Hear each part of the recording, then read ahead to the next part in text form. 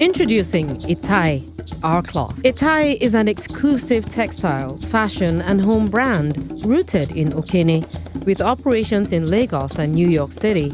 It is the home of traditional African woven cloth. The Ebira woman is known to be industrious and hardworking. They are often seen engaging in farming and trading to support their families. Do you know what else is interesting about the Ebira woman? She is a weaver. Yes, the act of weaving has been handed down from generations and centuries. This is also part and parcel of the rich culture and tradition of the Ebira people. We have our own traditional way of weaving. It was a woman that invented weaving. She was known as Ita'i. People thought she was a witch because before Ita'i, people were using back of a skin of an animal. Ita'i invented cloth when he stayed in a cave known as Ita'i, collected cotton, loom, and started weaving cloth.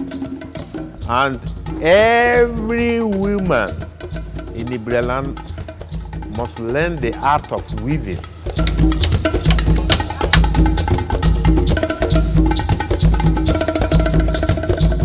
I was 15 years old when I started weaving. I have been weaving for about 25 years now. I learned weaving from my mother.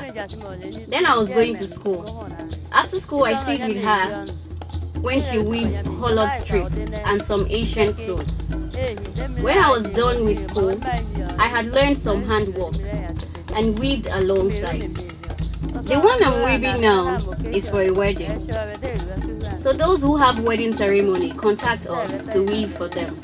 After weaving, whatever is left, after buying the thread, is ours.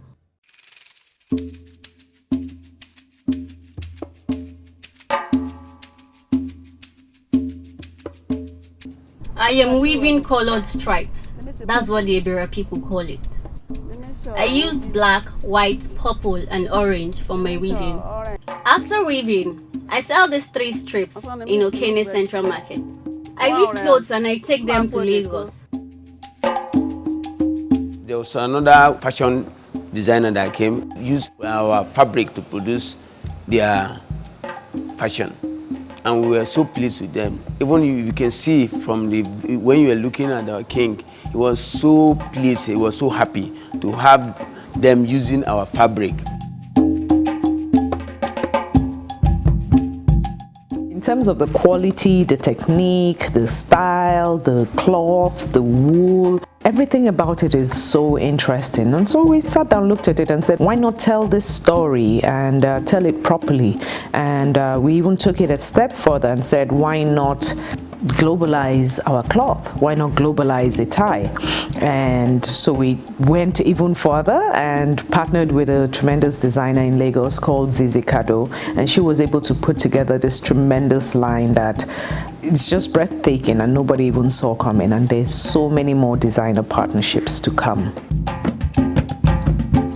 Like every other collection I put together, most importantly though, I look into the cultural background of the states that I was working with. The designs were primarily based around their cultural attires and events and things like that.